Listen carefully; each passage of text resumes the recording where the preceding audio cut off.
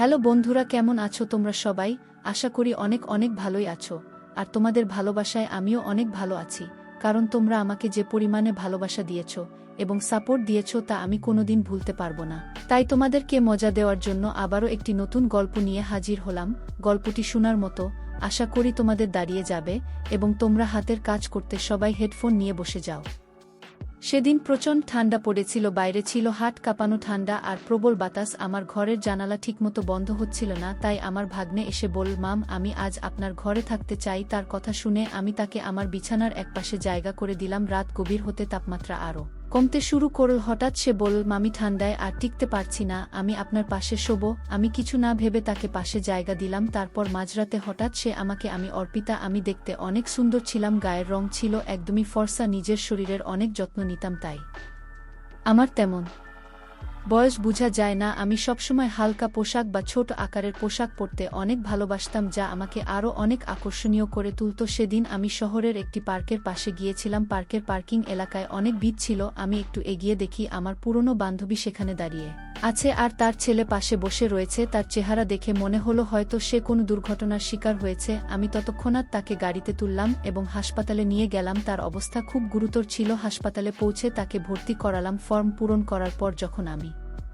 তার ছেলের পাশে বসলাম, তখন সে আমার দিকে তাকিয়ে মৃদু হেসে বলল, আপনি আমাদের জন্য যেন একজন দেবদূত হয়ে এসেছেন। ধন্যবাদ। ছেলেটির বয়স 1-5 হবে। সে হয়তো তখনও আমাকে চিনতে পারেনি। আমি তাকে বললাম, আমি তোমার মায়ের পুরনো বন্ধু। আমার এই কথা শুনে সে একটু স্বস্তি পেল। এরপর আমি তাদের পাশে থেকে যতটা সম্ভব সাহায্য করার চেষ্টা করলাম। সেদিনের সেই মুহূর্ত আমার জীবনে খুবই স্মরণীয় হয়ে থাকবে। এটা আমাকে আরও একবার মনে করিয়ে দিয়েছে জীবন কতটা অনিশ্চিত আর সাহায্যের হাত বাড়িয়ে দেওয়া কতটা জরুরি। আমার নাম ঈশান। আমি সেদিন তোমার সঙ্গেই দেখা করতে যাচ্ছিলাম, কিন্তু পথে একটি মর্মান্তিক ঘটনা ঘটে গেল। আমার বান্ধবীর ছেলে বল, হাসপাতালে পৌঁছে যখন তোমার মায়ের খবর জানতে চাইলাম, তখন তুমি ভয়ে আর অশ্রুতে ভেঙে পড়েছিলে। আমাকে জড়িয়ে ধরে তুমি কাপা গলায় বলেছিলে, মামি মা তো ঠিক হয়ে যাবেন, তাই না? ডাক্তাররা তোমাকে ভেতরে নিয়ে গেল কেন? মায়ের কিছু হবে না তো? তার এই প্রশ্নগুলো যেন আমার হৃদয়কে বিদ্ধ করছিল। আমি তার মাথায় হাত রেখে বললাম, চিন্তা করো না, আমরা সবাই তোমার মায়ের পাশে আছি, কিছুই হবে না। আমার কথা শুনে সে একটু শান্ত হলো। কিছুক্ষণ পর ডাক্তার বাইরে এলেন এবং আমাকে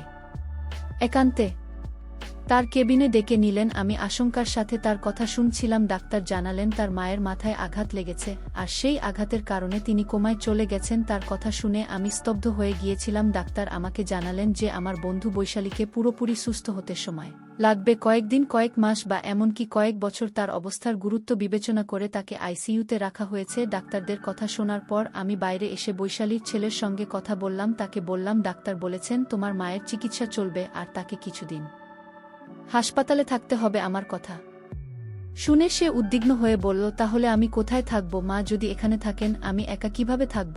আমি তাকে আশ্বস্ত করে বললাম, তুমি চিন্তা করো না, যতদিন আমার মা সুস্থ না হন তুমি আমার সঙ্গেই থাকবে। তোমার মায়ের জন্য হাসপাতালের সমস্ত দায়িত্ব আমি নেব, কারণ সে আমার খুব কাছের একজন বন্ধু। এরপর আমি জানতে চাইলাম, তোমার বাবার কথা কি ভাবছো? তিনি কোথায় আছেন? সে মাথা নিচু করে বলল, মায়ের সঙ্গে বাবার ঝগড়া হয়েছিল, তারপরে মা রাগ করে আমাকে নিয়ে এখানে চলে এসেছিলেন। আমি বাবার কাছে ফিরে যেতে পারবো না, কারণ তার কাজ বাইরে আর তিনি এখন কোনো গ্রামে আছেন তাও জানি না। এমনকি আমি নিজেও তার সঙ্গে দূরত্ব বজায় রেখেছি। হয়তো তিনি আমার উপর রাগ করেছেন। আমি তাকে বললাম, তুমি এসব নিয়ে চিন্তা করো না, যতদিন তোমার মা সুস্থ না হন তুমি আমার সঙ্গেই থাকবে। আমরা একসঙ্গে সবকিছু সামলাবো। তারপর আমরা দুজনেই হাসপাতালের পরিবেশে থাকতে পারছিলাম না, তাই আমি একজন নার্সের সঙ্গে কথা বললাম এবং তার সাহায্য চাইলাম যাতে বৈশালীর চিকিৎসার প্রক্রিয়া সঠিকভাবে এগিয়ে যায়। বৈশালীর চিকিৎসার দায়িত্ব নেওয়ার পর বুঝতে পারলাম হাসপাতালে দীর্ঘ সময় থাকা আমার পক্ষে সম্ভব নয়, কারণ আমার কাজের দায়িত্ব ছিল। তাই আমি তার ছেলে ঈশানকে আমার বাড়িতে নিয়ে এলাম। বাড়ি আসার পথে তার জন্য কিছু প্রয়োজনীয় পোশাক কিনে দিলাম, কারণ তার কাছে তেমন কিছুই ছিল না। সেদিন ঈশান খুবই মনমরা ছিল। রাতে আমি অনেকবার তার রুমের সামনে গিয়ে দেখেছি সে কেমন আছে। জানতাম সময়ের সঙ্গে সঙ্গে সে স্বাভাবিক হয়ে উঠবে। পরের কয়েকদিন আমি তাকে হাসপাতালে নিয়ে গিয়ে তার মায়ের সঙ্গে দেখা করিয়েছিলাম। এছাড়া বৈশালীর দেখভালের জন্য আমি হাসপাতালে নার্সদের সঙ্গে কথা বললাম এবং তাদের সাহায্যের জন্য অর্থ প্রদান করলাম, কারণ প্রতিদিন সেখানে যাওয়া আমার পক্ষে সম্ভব ছিল না। ধীরে ধীরে ঈশান আমার বাড়ির পরিবেশে মানিয়ে নিতে শুরু করল, তবে বাড়িতে দীর্ঘ সময় কাটাতে গিয়ে সে একটু একঘেয়েমিতে পড়ে যাচ্ছিল। আমি তাকে বললাম, ঈশান পরের বছর তোমার কলেজ শুরু হবে, তোমার শরীরও ভালো আছে, তুমি যদি চাও তাহলে জিমে ভর্তি হতে পার আমার পরিচিত একটি ভালো জিম আছে, সেখানে তোমার ভর্তি করিয়ে দিতে পারি। এছাড়া তুমি ডান্স ক্লাস বা মিউজিক ক্লাসেও যোগ দিতে পারো, এতে তোমার সময় ভালো কাটবে এবং একঘেয়েমি দূর হবে। প্রথমে সে দ্বিধা করলেও আমার উৎসাহে সে জিম এবং ক্লাসে যোগ দিল। ধীরে ধীরে সেখানে তার নতুন বন্ধুরা তৈরি হলো এবং তার মন ভালো হতে লাগলো। ঈশান এখন নিজের জন্য আরও যত্ন নেওয়া শুরু করল। জীবন নিয়ে তার দৃষ্টিভঙ্গি ধীরে ধীরে বদলে যাচ্ছিল। আমার মনে হলো সে কেবল তার শৈশবের কঠিন সময়গুলো কাটিয়ে উঠছিল এবং তার সামনে একটি নতুন ভবিষ্যৎ অপেক্ষা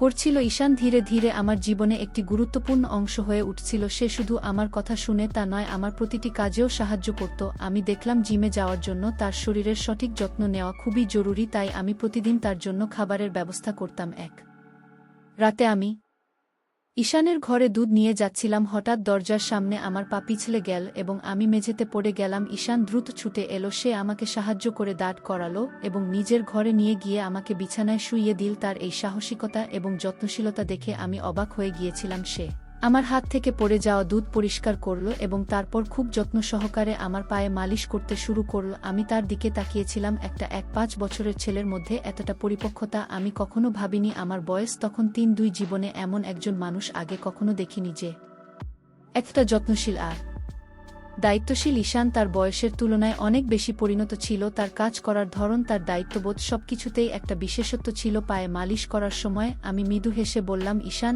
আমি তো তোকে সবসময় ছোট মনে করতাম, কিন্তু আজ তুই প্রমাণ করলি যে তুই কতটা দায়িত্ববান। তোর এই পরিণত আচরণ আমাকে সত্যিই অবাক করেছে। সেদিন আমি প্রথম বুঝলাম মানুষের বয়স নয়, তার মন এবং কাজ করার দক্ষতাই তাকে আলাদা করে তোলে। ঈশানের এই যত্নশীলতা আমার জীবনে নতুন এক সম্পর্কের ভিত্তি তৈরি করল, যা শুধুই বিশ্বাস এবং পারস্পরিক সম্মানের উপর দাঁড়িয়ে ছিল। ঈশান ধীরে ধীরে তার জীবনকে নতুন পথে নিয়ে যাচ্ছিল। তার জিমে যাওয়া এবং নিয়মিত পুষ্টিকর খাবার গ্রহণের ফলে সে শরীরের শক্তি এবং মনে আত্মবিশ্বাস অর্জন করছিল। একদিন মজা করে আমি তাকে বললাম, ঈশান, এত শক্তি তোর কোথা থেকে আসে? তুই কি খাস যে এত তাড়াতাড়ি এত শক্তিশালী হয়ে গেছিস? সে হেসে বল, মামি, আমি এখন আর ছোট নেই, আমি বড় হয়ে গেছি। তুমি আমাকে এবং আমার মাকে যেভাবে সাহায্য করেছেন তার জন্য আমি তোমার কাছে চিরকৃতজ্ঞ। আমি এখন তোমার জন্য কিছু করতে চাই। তার এই কথাগুলো আমাকে স্পর্শ করল। ঈশান তার কৃতজ্ঞতা প্রকাশ করে পাশাপাশি আমাকে সম্মানও জানাচ্ছিল। এরপর সে আমাকে বলল, মামি, যদি তোমার কোনো আপত্তি না থাকে আমি রাতে তোমার ঘরে থাকতে পারি। যদি তোমার কোনো সাহায্যের প্রয়োজন হয় আমি পাশে থাকব।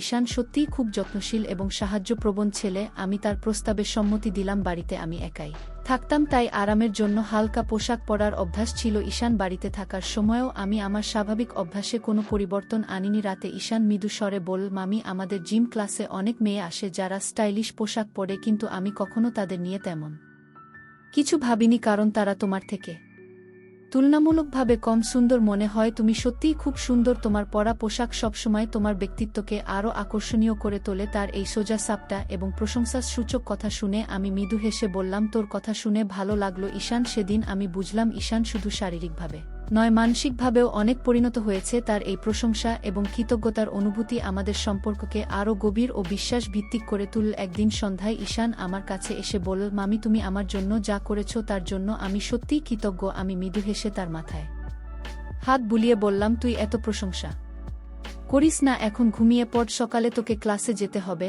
আর আমাকে অফিসে। ঈশান হেসে আমাকে জড়িয়ে ধরে বল, ধন্যবাদ মামি। তার এই আলিঙ্গনে ছিল গভীর কৃতজ্ঞতা। আমি তার এই অনুভূতিতে মুগ্ধ হলাম, কিন্তু আমার মনে হলো এটা শুধুই তার ভালোবাসা আর যত্নের বহিঃপ্রকাশ। পরের দিন সকালে আমি অফিস যাওয়ার আগে ঈশানকে তার ক্লাসে নামিয়ে দিলাম। সে সকালবেলায় ক্লাসে যেত আর বিকেলে জিমে। দিনগুলো এইভাবেই চলছিল, কিন্তু কয়েকদিনের মধ্যে আমি লক্ষ্য করলাম ঈশানের আচরণ কিছুটা বদলে গেছে। বিকেলে যখন আমি তাকে জিম থেকে আনতে যেতাম তখন সে তার বন্ধুদের সঙ্গে কথা বলতো, কিন্তু আমাকে দেখার সময় তার চোখে একটু অস্বস্তি লক্ষ্য করতাম। বাড়িতে ফিরেও তাকে কিছুটা উদাসীন ও বিরক্ত মনে হতো। একদিন আমি তাকে জিজ্ঞাসা করলাম, ঈশান, তুই এত চুপচাপ আর বিরক্ত কেন? কিছু হয়েছে? ঈশান একটু দ্বিধা করে বলল, মামি, সত্যি বলতে তুমি আমার এই চুপ থাকার কারণ। যখন তুমি আমাকে জিম থেকে নিতে আসছো আমার বন্ধুরা তোমাকে নিয়ে কথা বলে, তাদের কথা শুনে আমার খারাপ লাগে। আমি অবাক হয়ে বললাম, কেন খারাপ লাগে? ওরা কি বলে? ঈশান বলল, তারা তোমাকে নিয়ে মজা করে। শুধু আমার বন্ধুরা নয়, বড় ছেলেরাও তোমাকে দেখে তুমি যেমন আসেন তেমনি থাকো, কিন্তু আমি চাই না তোমার দিকে কেউ তির্যক দৃষ্টিতে তাকা, কারণ তুমি আমার জীবনের এক বিশেষ মানুষ আর তোমাকে আমি সেভাবেই দেখি। তার এই কথা শুনে আমি বিস্মিত হলাম। ঈশানের মধ্যে যে একটা দায়িত্ববোধ আর সুরক্ষার অনুভূতি কাজ করছে তা আমাকে স্পর্শ করল। আমি তার কাঁধে হাত রেখে বললাম, তুই চিন্তা করিস না, আমি যেমন আছি তেমনি থাকব, তবে তুই এমন কোনো কিছুতে বেশি মন দিস না যা তোকে অস্বস্তি দেয়া। সেদিন বুঝলাম ঈশান শুধু বড় হওয়া নয়, মানসিকভাবে অনেক পরিণত হচ্ছে। তার এই যত্নশীলতা আমাকে তার প্রতি আরও মমত্ববোধে পূর্ণ করল। সেদিন সন্ধ্যায় ঈশান আমার কাছে এসে তার চিন্তাগুলো শেয়ার করছিল। তার মুখে একটা গভীর চিন্তার ছাপ ছিল। আমি তাকে জিজ্ঞাসা করলাম, তুই এত চিন্তিত কেন? ঈশান একটু ইতস্তত করে বলল, মামি, আমি আসলে বলতে চেয়েছিলাম যে তুমি শুধু আমার আপন। এই কথায় আমি একটু হেসে বললাম, এটা তো জানি, কিন্তু তুই এত সিরিয়াস হচ্ছিস কেন? ঈশান লজ্জায় একটু মাথা নিচু করে বলল, আমি আসলে তোমাকে খুব ভালোবাসি, কিন্তু মাম হিসেবে তুমি আমাকে এত সাহায্য করেছ সেটা আমি কখনো ভুলতে পারবো না। সেদিন রাতে সে আবার আমার ঘরে এসে ঘুমানোর বায়না করল,